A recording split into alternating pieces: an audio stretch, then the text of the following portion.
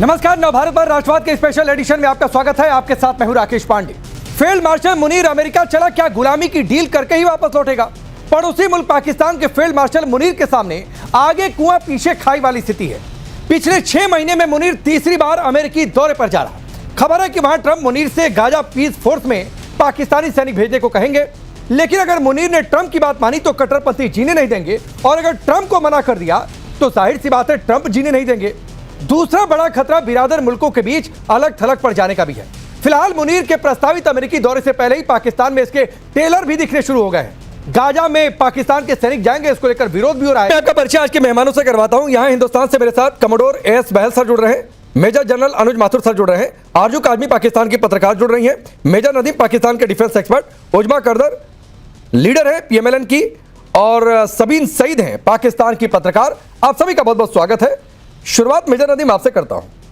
ये तो फंस गई मुनीर की आपके इस फील्ड मार्शल की गर्दन ही। सर ऐसी कोई गर्दन नहीं फंसी है, तो आप लोग गर्दन फंसाने पर तुले हुए हैं, लेकिन अल्हम्दुलिल्लाह ऐसी कोई बात नहीं है और हम सबकी गर्दनें आजाद हैं। भारत में गर्दनें बंधी होंगी, हमारे यहाँ तो आजाद हैं। एक लाइन का सवाल था, गर्दन फंस गई। अब गर्दन क्यों फंस गई? क्योंकि मुनीर अमेरिका जा रहे हैं और अमेरिका में बातचीत क्या होगी कि गाजा में फोर्स भेजनी है साहब। अब गाजा में फोर्स भेजे तो फंसे, ना भेजे तो फंसे। तो मैं तो आपसे पूछ रहा हूं कि गाजा में फोर्स भेज रहे हैं कि नहीं भेज रहे हैं तो कितना डॉलर ले रहे हैं? मेरा सिर्फ ये सवाल था। देखिए, पाकिस्तान यूनाइटेड नेशन की अम्ब्रेला के नीचे हर जगह जाने पे हमेशा तैयार है। थोड़ा सा इधर इश्यू है क्योंकि इसराइल के साथ डायरेक्ट कन्फ्रंटेशन हो सकती है पाकिस्तान की, इसलिए पाकिस्तान इसको अवॉइड करना चाहता है। मोरओवर उनकी जो डिमांड है कि जी हमास को जो है वो डिसआर्म करें और उधर से इजराइल जो है वो अपने जो लीगल ऑब्लिगेशन है वो भी पूरे ना करे, तो इस मामले में पाकिस्तान के लिए थोड़ी सी दिक्कत है, दुश्वारी है। लेकिन डेफिनेटली हमारे जो ऊपर अरबाब इक़्तिदार बैठे हुए हैं इस वक्त जो लोग, डेफिनेटली वो सोच समझ कर इंशाल्लाह ताला बेहतर फैसला करेंगे। हम हमेशा यूनाइटेड नेशन की अम्ब्रेला के नीचे, तो दिक्कत है कि समझते नहीं है। मैं बहल सर मुस्कुरा रहे हैं, मैं उधर जाना चाह रहा हूं, लेकिन उससे पहले आरजू को लेकर आता हूं डिबेट में। आरजू ये मानने को तैयार नहीं है कि गर्दन फंसी है गाजा वाले मामले पर, और गर्दन ऐसी फंसी है कि ट्रंप की माने तो भी मुश्किल। फिर इधर क्या होगा? अच्छा मान जाए तो मुस्लिम ब्रदरहुड का क्या होगा? अच्छा अगर मान गए तो मैं तो आपका भी एक वीडियो देख रहा था जिसमें 1000 की $10,000 पर सोल्जर लेने की, यानी सेना ही किराए पर रखी हुई है। तो ये मानने को तैयार नहीं है, आराम से कॉफी पी रहे हैं। मेजर नदीम देखिए, यूनाइटेड नेशन अपनी सैलरी खुद देती है और वो अपने सोल्जर्स को देती है, ठीक है। और ये तमाम आरजू को सुनिए, अभी इस पर भी बातचीत हो जाएगी, सैलरी पर भी बातचीत हो जाएगी। पैसे लेके हम कोई किराए के कातिल नहीं है, अल्हम्दुलिल्लाह। हम एक पाकिस्तान की एक रेगुलर आर्म फोर्सेज है दुनिया में जनाब, 7वें 8वें नंबर। अरे हर आर्मी और हर मुल्क की फोर्स उसकी रेगुलर ही फोर्स होती है। मेजर नदीम ये बताने की जरूरत नहीं है। आरजू को सुनिए, आरजू होती है, देखिए आपके मुल्क जी। देखें, मेरे ख्याल से पाकिस्तान ने कभी भी, मैंने हमेशा से बात की है कि पाकिस्तान को अपनी इकोनॉमी पे काम करना चाहिए, जो अनफॉर्चुनेटली नहीं किया जाता। जो गवर्नमेंट भी आती है या जो लोग भी जिन पावर में आते हैं, जिनके हाथ में मुल्क चलाना होता है, वो अपना टाइम निकालते हैं, अपनी जो करप्शन करनी है वो करते हैं और उसके बाद निकल जाते हैं। इसी वजह से हम इस वक्त इस हालत में हैं कि हम अमेरिका को ना नहीं कर सकते और हमें यहाँ से ट्रुप्स भेजने ही होंगे, चाहे ये 10 दिन लगाएं, चाहे ये पूरा मंथ लगाएं। लेकिन उसके बाद आप देखेंगे कि पाकिस्तान जो है वो अपने ट्रुप्स भेज रहा है। ये जो किराए के गुंडे या कातिल वाली बात की जा रही है वो तो नहीं है, लेकिन हाँ किराए पे हम अपने फौजी जरूर बेचते रहे। पहले भी हमने किया है, अभी दोबारा हम करेंगे। अफगानिस्तान के साथ 20 साल हम पैसा पकड़ते रहे और उसके बाद हम ही जो है वो विक्टिम कार्ड भी खेल रहे हैं कि जी हमारे ऊपर तो बड़ा जुल्म हो रहा है और हमें तो बड़ा तंग किया जा रहा है, या हम तो खुद जो है टेररिज्म का शिकार हैं। तो भाई जिन चीजों के लिए आपको कहा जाता है कि आप लोग ये सब ना करें, अगर आप वही करते रहेंगे और बाद में वही चीज आपके गले पड़ जाएगी तो जाहिर उसके लिए खुद जिम्मेदार है। अब आप देख लीजिएगा, आप आज का शो देख लें, उसके बाद आप देख लें कितने दिन में ये हाँ कर देंगे और यहाँ से आरजू एक चीज मैं आपको इंटरप्ट कर रहा हूँ, एक चीज आपसे समझना चाहता हूँ। आप कह रहे हैं कि आज या 10 दिन बाद भेजना ही भेजना है। अब सोचिए कि गाजा में मुनीर ने अपनी फोर्स भेजी, पाकिस्तान की फोर्स वहां पर गई, तो इसका मतलब क्या है? किसके समर्थन में जाएगी? जाहिर सी बात है काम किसका करेगी? इजराइल का करेगी। अब जहां तक मेरी जानकारी है कि पाकिस्तान के पासपोर्ट पर लिखा हुआ है कि यह पासपोर्ट दुनिया में सबके लिए वैध है एक्सेप्ट इजराइल। अगर मैं गलत हूं तो मुझे आप बता दीजिएगा कि मैं गलत हूं। जी ऐसे तो अगर हाँ ठीक है ऐसा ही है ना, तो गाजा में जाकर किसका समर्थन करेंगे? इजराइल का। क्योंकि निहत्था किसको करना है, डिसआर्म किसको करना है? हमास को करना है। तो फिर क्या होगा आरजू, ये मुस्लिम ब्रदरहुड का क्या होगा? मुल्ला मौलवी जो मुनीर बने फिरते हैं आर्मी चीफ से ज्यादा, क्या होगा इस इमेज का? देखिए वो इमेज जो है ना, उसकी तो हमें परवाह नहीं है। अगर हमें अपनी इमेज की परवाह होती ना, तो हम चाइना को कह रहे होते कि वो जो मुस्लिम्स के साथ कर रहा है चाइना के अंदर, तो हमारी अभी तक आवाज उठ गई होती। लेकिन जाहिर है चाइना के साथ हमारा बिजनेस है, चाइना से हमें पैसा मिलता है, चाइना हमें सीपीसी के नाम पर जो है वो फंड करता है, जगह जगह हमें साथ देता है। तो हम वहां पर हमें ना मुसलमान नजर आते हैं और ना उनके ऊपर होने वाला जुल्म नजर आता है। Yes. तो इसी तरीके से यहाँ पर भी अगर हमारी कीमत सही लग गई, अगर हमारी बोली सही लगा दी अमेरिका ने, तो यहाँ भी हम बात नहीं करेंगे और हम इजराइल को हो सकता है किसी वक्त तस्लीम भी कर लें। कुछ इस किस्म की चीजें भी यहाँ पर चल रही हैं जो आई डोंट नो आप तक पहुंची है या नहीं, लेकिन इस किस्म की बात भी की जा रही है। और फिर एक दिन मेजर नदीम यही बैठ के बता रहे होंगे क्या करें भाई, वो भी तो इंसान है, तो हमने उन्हें तस्लीम कर लिया। तो हम टाइम के हिसाब से एकदम अपने आप को जो है ना चेंज कर लेते हैं। देखिए उस पर हमारा एक स्टैंड है। स्टैंड ये है कि वो फलस्तीनी रियासत को तस्लीम कर देता है। दो रियासती हल है, ठीक है। जैसे हम कश्मीर में भी कहते हैं ना कि आप कश्मीर का मसला हल कर लें और आप दोस्ती कर लें, हमारे साथ बैठ जाए। इसी तरह दो रियासती हल है फलस्तीन का और इसराइल के कॉन्फ्लिक्ट का। अगर वो दो रियासती हल कर लेते हैं तो फिर डेफिनेटली वो आगे पाकिस्तान देखेगा कि क्या रास्ता है इब्राहिम अकॉर्ड के लिए भी। अब सुनिए मेजर नदीम, मैं आगे बढ़ूं, आप इसमें कश्मीर को गुस्सा लाए। अच्छा, कश्मीर पर अगर आप बातचील करना ही चाहते हैं, मैं तो कह रहा हूं हम तैयार हैं मेजर नदीम, मैं कह रहा हूं हम तैयार हैं। और यहां से बहल सर, माथुर सर, दोनों लोग इस पर ग्रीन सिग्नल, और आप कहेंगे तो भारत सरकार भी ग्रीन सिग्नल देगी। एक तरीका है, मैं आपको बता रहा हूं, एक तरीका ये कि जो कश्मीर आपने कब्जा रखा है, जो पीओके है, उसे छोड़ दीजिए, बात खत्म। आइए दोस्ती करते हैं, बातचीत करते हैं, बाकी के मसलों को भी हल कर लेते हैं, क्या दिक्कत है? वो पीओके आप छोड़ दीजिए। जिस दिन मेजर नदीम यहां बैठकर आप कहेंगे ठीक है पीओके छोड़ा, ठीक है टेररिज्म छोड़ा, आप देखिएगा फिर हालात सुधर जाएंगे। हमारे तो है ही बेहतर, आपके भी बेहतर होने शुरू हो जाएंगे। सबीन सईद, ठीक है सर, ठीक है सबीन सईद, जो बात आरजू कह रही है, ठीक है सर, आगे बढ़ने दीजिए। जो बात आरजू कह रही हैं और जो मेजर नदीम कह रहे हैं, फोर्स जानी है, तो कल को क्या ये स्थिति भी आ जाएगी कि इजराइल को मान्यता दे देगा पाकिस्तान? और फिर एक और बड़ी बात आरजू ने कह दी कि बोली लग जाए, फिर क्या मुल्क, क्या पाकिस्तानी सब गिरवी रखने के लिए तैयार है? देखिए, सबसे पहले तो मोहतरमा ने जो बात की है कि पाकिस्तान इजराइल को तस्लीम कर सकता है, मैं आज आपके शो में बैठ के इन खातून को ये चैलेंज कर रही हूँ कि आने वाले वक्त में, मुस्तकबिल में, अगर कभी पाकिस्तान ने इसराइल को तस्लीम किया, खुदा न खास्ता, पाकिस्तान ऐसा करेगा नहीं, लेकिन अगर कभी पाकिस्तान ने इसराइल को तस्लीम किया, मैं आपके शो में या कि इंडिया के किसी भी शो में मुझे बुलाएगा, मैं इनसे माफी मांगूंगी। लेकिन मैं इनको ये बता रही हूँ कि अगर क्योंकि पाकिस्तान इसराइल को तस्लीम तो नहीं करेगा, अगर ऐसी कभी नौबत आई तो मैं इनसे माफी मांगूंगी। लेकिन इन खातून को, मैंने आपको पहले भी काफी दफा आपसे रिक्वेस्ट की है, आज भी कर रही हूँ, खुदारा इनके साथ पाकिस्तान का झंडा मत लगाया कीजिए। ये वो लोग हैं जो पाकिस्तान के नाम पर कलंक हैं और ये गद्दार हैं एक तरह से। ये लोग माजरत, मैं बतौर पाकिस्तानी इनको एक्सेप्ट नहीं करती। अब आपका आई गेस टॉपिक था आसिम मुनीर के हवाले से कि वो कौमी फौज तैनात करने जा रहे हैं, उस हवाले से देखिए ये बात अभी छिड़ी है। अभी आसिम मुनीर साहब विजिट करेंगे, वो अमेरिका जाएंगे, डोनाल्ड ट्रंप से मुलाकात करेंगे, वहां पर जाकर इस हवाले से बातचीत होगी। और ये कोई इतना छोटा मोटा प्रोसीजर नहीं है। और ये खातून कह रही किराए के डाकू, मोहतरमा, इन्हीं किराए के फौजियों की वजह से, इन्हीं किराए के डाकू की वजह से आप आज जिस भी मुल्क में बैठी हैं, आप सुकून से बैठी हैं।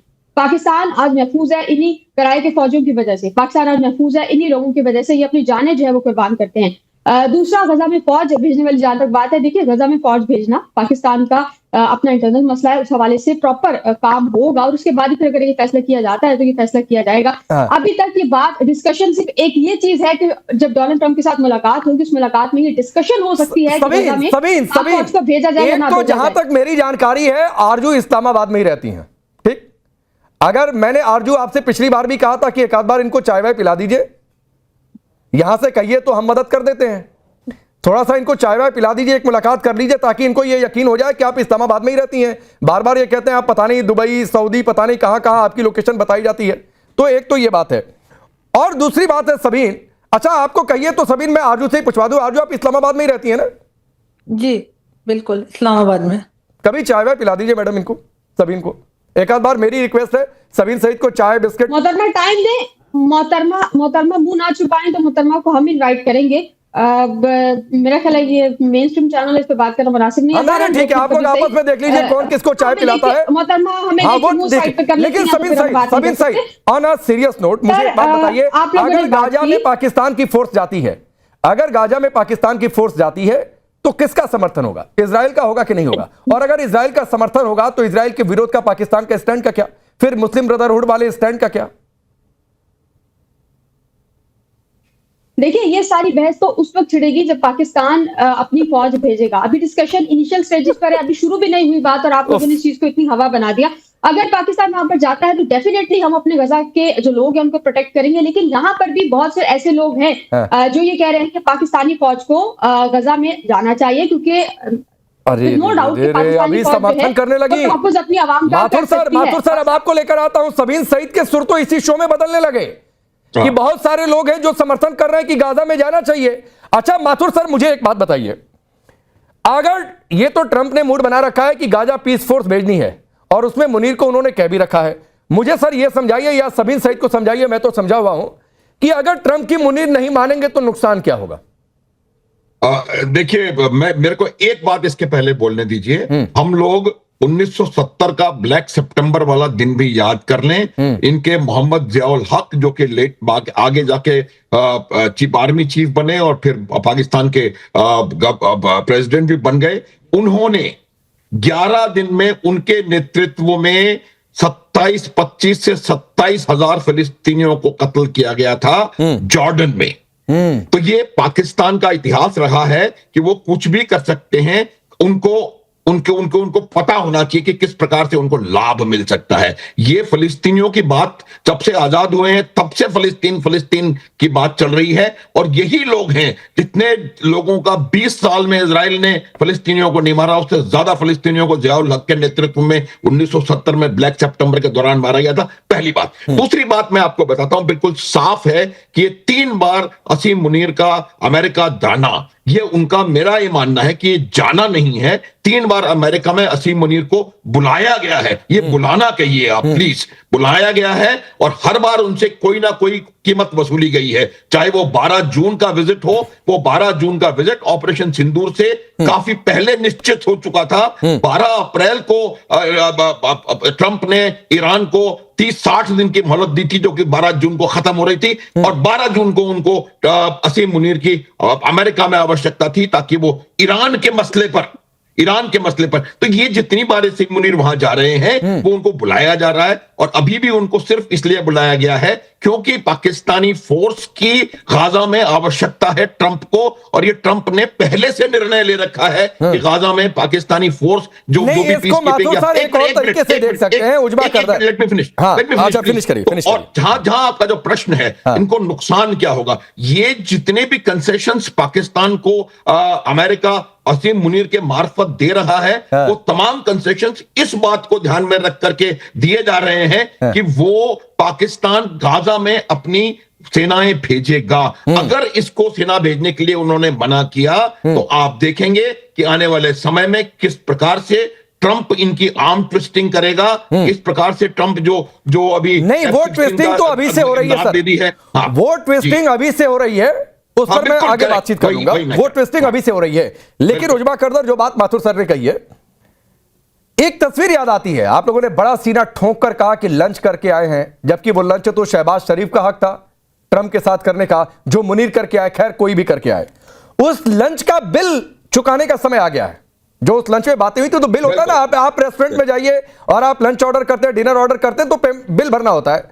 तो बिल भरना क्या है कि गाजा में फोर्स भेजिए। अब अगर नहीं माने और ट्रंप ने, मुनीर ने अगर मना किया कि हमें बिल नहीं भर सकते साहब, हम तो कंगले हैं, नहीं भर सकते हैं, तो होगा क्या जो माथुर सर कह रहे हैं, सहायता बंद हो जाएगी, टैरिफ जो अभी थोड़ा सा है वो ज्यादा बढ़ जाएगा, सैन्य सहायता जो बची कुची है बंद हो जाएगी। कुल मिला जुलाकर स्थिति यही है कि आपको खुद को नीलाम करना है। देखिए, मुझे बिल्कुल समझ आ रही है, आप लोगों को बेइंतहा तकलीफ हो रही है, और आप बहुत इस वक्त जो हैं वो दुख में है कि अमेरिका और पाकिस्तान के जो ताल्लुकात हैं वो इतने अच्छे क्यों हैं। वहां पे इतनी जबरदस्त स्ट्रेटेजिक रिलेशनशिप इनकी बिल्डअप हो गई है। डोनाल्ड ट्रंप जो है वो मैं अब भूल गई हूँ कितनी दफा उन्होंने हमारी पाकिस्तान की और हमारे फील्ड मार्शल की और हमारे प्राइम मिनिस्टर की तारीफें की हैं। वो जब मुंह खोलते हैं तारीफ करते हैं। अब आपका दिल जलोगा, अब क्या हम इलाज कर सकते हैं? ये आपने आरजू को तो लाके बिठा दिया, पता नहीं इस्लामाबाद आरजू से क्यों इतनी आरजू से क्या अदावत है उजमा करदर? हाँ, वो जैसे आपको बुलाया, जैसे सबीन को बुलाया, वैसे ही आरजू को भी बुला लिया, वैसे ही मेजर नदीम को भी बुला लिया। हाँ, मेरी बात तो मुकम्मल होने देना। नहीं, एकदम मुकम्मल करिए। बोलते हैं तो बात तो मुकम्मल नहीं हो सकती है ना। ये आरजू जो है बैठी जो बोलियां लगा रही हैं, इनको अलिफ से बे कुछ नहीं पता पाकिस्तान के मुतालिक। इनको ये कोई फॉरेन मिनिस्टर बैठी हुई है पाकिस्तान की, जो ये पाकिस्तान के बिहाफ पे स्टेटमेंट्स दे रही हैं, फलानी बोली लग जाएगी, फलानी बोली लग जाएगी। वो अब अपने मुतालिक गौर करें कि भाई आप अगर बोलियां लगवा रही हैं तो ये कहाँ से बोलियां लगेंगी। देखिए, पाकिस्तान जो है वो डे वन से वो फलस्तीन के पीछे खड़ा है और हम खड़े रहेंगे। हमारा दो टोक फैसला है कि जो जेनोसाइड हो रहा है, जो कत्लो गारत हो रहा है, जो मासूम जानों को वहां पे जो शहीद किया जा रहा है, पाकिस्तान जो है वो अपनी पूरी कौम जो है वो इस वक्त फलस्तीन नहीं, गाजा में सेना भेजकर कौम के पीछे कैसे खड़ी रह जाएंगी उजमा करदर? मुझे नहीं समझ में आ रहा है ये। वहां जाकर इजराइल से लड़ेंगी गाजा में कि हमास से लड़ना है? ये आपके दिमाग का खलल है। मेरे दिमाग का क्या खलल है? ये आपके दिमाग का खलल है।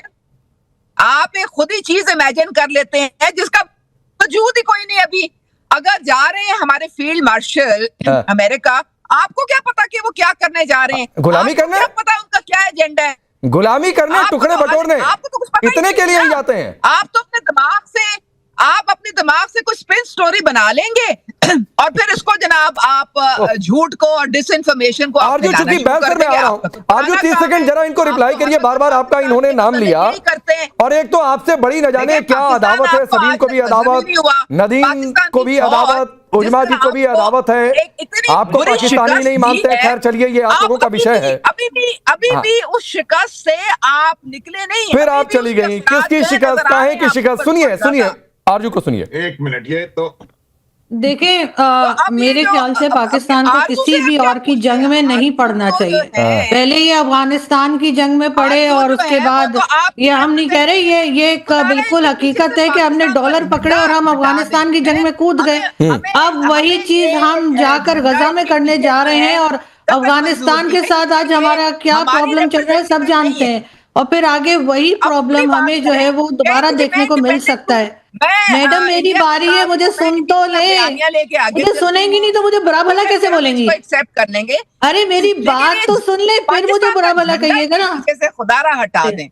ये हमको हरगिज बर्दाश्त नहीं है कि आप इनके पीछे पाकिस्तान का झंडा लगा दें। नहीं, जब किसी सूरत आप उजमा करदार मत आरजू की सूरत पर जाइए। अच्छा, जब तक उजमा करदार जो है वो मेरे YouTube चैनल पे आ चुकी है, मेरे टीवी चैनल पे आ चुकी हैं, हर जगह बैठी होती है। यहाँ कह रही है झंडा मत लगाओ, मतलब अजीब बात कर रही है मैडम। अगर कोई आपसे हटके बात करेगा तो आप कहेंगी झंडा मत लगाओ। फिर आप मेरे YouTube चैनल पे क्यों आई थी? फिर आप मेरे टीवी चैनल पे क्यों आई थी? मतलब वहां भी झंडा लगा था यार। कमाल के लोग बुलाते हैं आप लोग कि ये बजाय अपने आर्गुमेंट से किसी। चलिए उजमा करदार प्लीज। मैडम एक तो आपको एक्सपोज कर दिया आपने कि आप इनके YouTube चैनल पर जाकर बैठ जाती हैं, यहाँ पर आकर कहती है कि पाकिस्तान क्यों लिख दिया। तो रुक जाइए, ये रेडियो कमेंट्री का शो नहीं है मैडम। कम से कम सबीन और मेजर नदीम से ही सीख लीजिए। कम से कम सबीन और मेजर नदीम से सीख लीजिए कितनी डिसिप्लिन के साथ वो अपनी बारी का इंतजार कर रहे हैं। तो थोड़ा सा रुक जाइए, बोलिए अर्जुन जी। देखें, अगर किसी को मेरी बात अच्छी नहीं लग रही तो अपनी बात से आप मुझे गलत साबित करें ना। मेरे ऊपर पर्सनल अटैक किस खुशी में कर रहे हैं कि ये पाकिस्तानी नहीं लगती तो ये नहीं लगती तो वो नहीं लगती। तो बहरहाल बात सारी है कि हमने पहले अफगानिस्तान की वॉर में हम पड़े और वहां से हमें नुकसान हुआ और आज तक हम भुगत रहे हैं। और अगर हम फिर एक बार किसी और की जंग में गए और हमने वहां जाकर फिर कोई हिस्सा डाला तो यकीनन अमेरिका तो अपना काम निकलवा के हाथ झाड़ के चला जाएगा, जैसे वो अफगानिस्तान से चला गया। तो ये ना हो कि हम जैसे कहते हैं ना कि नजदीकी फायदे से पहले दूर का नुकसान देखना चाहिए। तो ये ना हो कि बाद में फिर हमें कोई नुकसान हो। कि हम गजा पहुंचे और बाद में हम भुगतते रहे जो हम अफगानिस्तान के साथ भुगत रहे। ठीक है, अब बहल सर आपके पास आता हूं, माफी के साथ थोड़ी देर से आया आपके पास। अब ये आप जरा इन्हें समझाइए कि कैसे, क्योंकि ये मानने को तैयार नहीं है कि मुनीर की गर्दन फंसी है, ये मानने को तैयार नहीं है कि गाजा में फोर्स भेजना इजराइल को समर्थन करना है। फिर तो आरजू की बात वो सही है कि भाई ठीक है सब कुछ नीलाम है, कुछ है नहीं, या फिर मुनीर को सिर्फ अपना फायदा दिख रहा है। आपका विश्लेषण क्या है इस पूरे मसले पर? मैं एक पंजाबी की कहावत कहता हूं, एक साइड ता खूहेगी तो दूसरी साइड ते खाई। मतलब एक साइड पे पूरे का पूरा कुआं है तो दूसरी साइड पे खाई है, वो बेचारा करे तो क्या करे। अब जब इतनी इंपॉर्टेंस सडनली ट्रंप से मिल गई, जो $686 मिलियन उनको F-16 के मिले हैं, और जो एक साइड से उनको हमेशा लगता है कि इनकी साख पाकिस्तान की ऊपर जा रही है, लेकिन अगर मैं कहूं तो ट्रूली कहूं तो आरजू जी ही एक वो है जो कि ट्रू पाकिस्तानी है, जो समझती है कि प्रॉब्लम कहां है, पॉलिटिकल ऑटोनॉमी में है। एक सबजुगेशन हो चुकी है पॉलिटिकल लीडर्स की। कहीं पे भी एक जगह होता था, कम से कम एक फसाड था कि वो पॉलिटिशियन जो है वो कठपुतली है, लेकिन अब तो डिक्टेटर पूरी तरीके से बाहर। ऐसे डिसीजंस जो लिए जाते हैं अलग अलग देशों के अंदर, वो उनके पॉलिटिकल लीडर्स लेते हैं, एक मुनीर नहीं लेता है, एक आर्मी का चीफ नहीं। हमारा तो आर्मी का चीफ देखिए बिल्कुल ऐसी चीजों में बातचीत नहीं करता, वो जो भी कहता है हमारी पॉलिटिकल लीडरशिप जो कहेगी, लेकिन यहाँ पे मुनीर कहता है जो मैं कहूंगा वो ही मानेंगे। और अगर इनको जो प्रोटेक्शन की बात कर रहे थे ये मुस्लिम्स की, इससे पहले मैं एक चीज बोलना चाहता हूं उसके बारे में कि ट्रंप इनको क्यों चूज कर रहा है।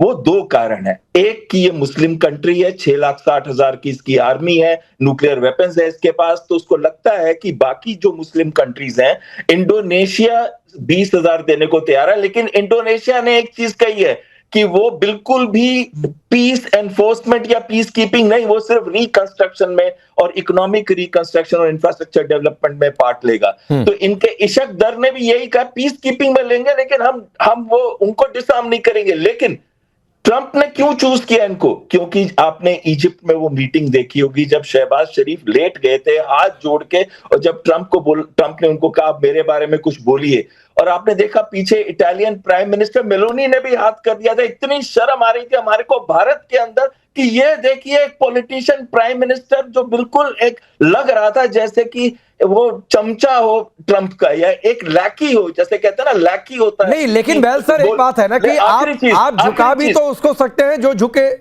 या फिर जो झुकने की कंडीशन में हो। नहीं, इसमें एक चीज कहना चाहता हूं मैं, बड़ी अहम है। उनको ये पता है ट्रंप को कि कल अगर ये लोग 20,000 की सेना देते हैं, चाहे $10,000 पे दें या कितने में भी दें, तो जो मैं इनको कहूंगा ये करेंगे। मुनीर को कहूंगा तो मुनीर करेगा, शहबाज शरीफ को कहूंगा तो वो करेगा, अगर वो कहेंगे डिजाम करो तो ये डिजाम भी करेंगे। आज बोल रहे हैं नहीं करेंगे। आपको अगर मैं याद दिला दूं 1971 की, मैं उनको 1971 की याद दिला दूं, आप जल मुस्लिम को मारा था बांग्लादेश के अंदर, लाखों महिलाओं के साथ दुष्कर्म किए थे, ये वही पाकिस्तान आर्मी है।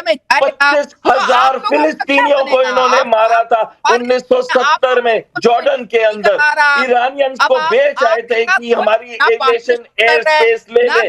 ये कौन से पॉलिटिशियन है, इनको शर्म भी नहीं आती कि अपने देश की साख के लिए लोग जान दे देते हैं। आपके प्राइम मिनिस्टर ठीक है, मैं आगे बढ़ता हूँ। मेजर नदीम आपके पास आता हूँ जो बहल सर ने कहा, लेकिन उससे पहले सभी सही एक कमेंट आपका। एक मिनट सर, एक मिनट उज्ज्वल जी रुक जाइए। सबीन सईद, ये आपके मुल्क की तारीख में है, और ये मैं नहीं कह रहा हूं, आपके वजीर आजम, आपके डिफेंस मिनिस्टर, ये सब लोग कह चुके हैं कि हमने अमेरिका के कहने पर बहुत सारे डर्टी काम किए हैं, टेररिस्ट को ट्रेंड किया है। ठीक है, जब किया तब किया। रुक जाइए उज्ज्वल जी, जब किया तब किया। अब एक बार फिर से आप डर्टी ट्रिक करने जा रहे हैं अमेरिका के कहने पर आप लोगों की भाषा में, तो फिर हालाते अंजाम क्या होगा? आपको ये किसने कहा कि ये डर्टी ट्रिक अमेरिका ने हमें कही है? देखिए, पाकिस्तान जो कुछ करता है, हम एक आजाद मुल्क हैं, हम अपने मुल्क के लिए क्या सही है क्या गलत है हमें पता है। और अगर पाकिस्तान के अगर आसिफ मुनीर अमेरिका जा रहे हैं, डोनाल्ड ट्रंप से मुलाकात के लिए जा रहे हैं, तो उनको पता है कि उन्होंने वहां पर जाकर क्या करना है। आप लोगों के जिस किस्म के ब्रिगेडियर और उस लेवल के बंदे यहाँ पर बैठे होते हैं, माजरत के साथ मैं मैडम प्लीज मैं किसी को टोक नहीं रहा हूं। मैं आपको टोकता हूँ, ये किस किस्म के ब्रिगेडियर? मैंने मेजर नदीम को तो कहा नहीं कि किस किस्म का मेजर बिठा रखा है, कैसे कैसे किस किस्म के मेजर बना रखे हैं। मेजर आपके यहाँ का फील्ड मार्शल मुनीर मौलवी ज्यादा बनता है, मैं उस पर टिप्पणी तो कर नहीं रहा हूं, तो मत बौखलाइए मैडम इतना। दुनिया जानती है कि गाजा में स्टेबलाइजेशन फोर्स कौन बना रहा है, किसने इसका दुनिया के सामने ऐलान किया है, ट्रंप ने ऐलान किया है। आप आंखें बंद कर लेंगी तो रात और अंधेरा नहीं हो जाएगा। और मुनीर की इस मुलाकात का ये पूरी दुनिया जानती है कि पहला बड़ा एजेंडा यही है कि वहां पर पीस फोर्स में जाना है। बीच में नहीं बोली, बीच में हाँ ठीक है, मैं बीच में नहीं आता, तो मत कहा करिए। फिर आप अपनी मुल्क में अपनी सेना को देखिए, किस किस किस्म की सेना है जो साबुन तेल का संदेश देती है। हमने तो नहीं कहा आप झूठ बोल रहे हैं, हमने तो नहीं कहा कि आप झूठ बोल रही हैं। ठीक है, सभी ने अपनी बात पूरी करिए।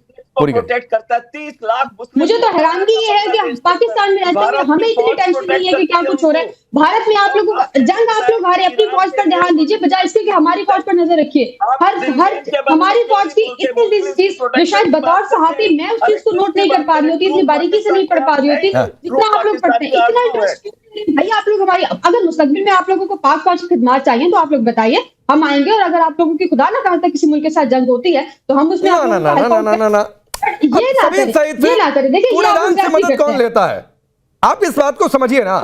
जो जिस आर्मी के 92,000 सैनिकों को बहस सर घुटने टिका दिया गया हो और मुल्क के 2 टुकड़े किए जा चुके हो, ये नौबत आ सकती है क्या? मैं फोटो देख रहा था विजय दिवस के अंदर जब उन्होंने पेंटे उतार रखी थी। अरे कितने शर्म की बात है, 93,000 सोल्जर्स के होते हुए आप सरेंडर कर रहे हैं। अरे भारत का वो सोल्जर है एआई से बनी फोटो तक लड़ता है। एक मिनट बहस सर, सभी सही आप बहुत गंभीरता से बातचीत करती हैं, लेकिन 92,000 सैनिकों का सरेंडर आप कह रही है एआई से बनी फोटो है।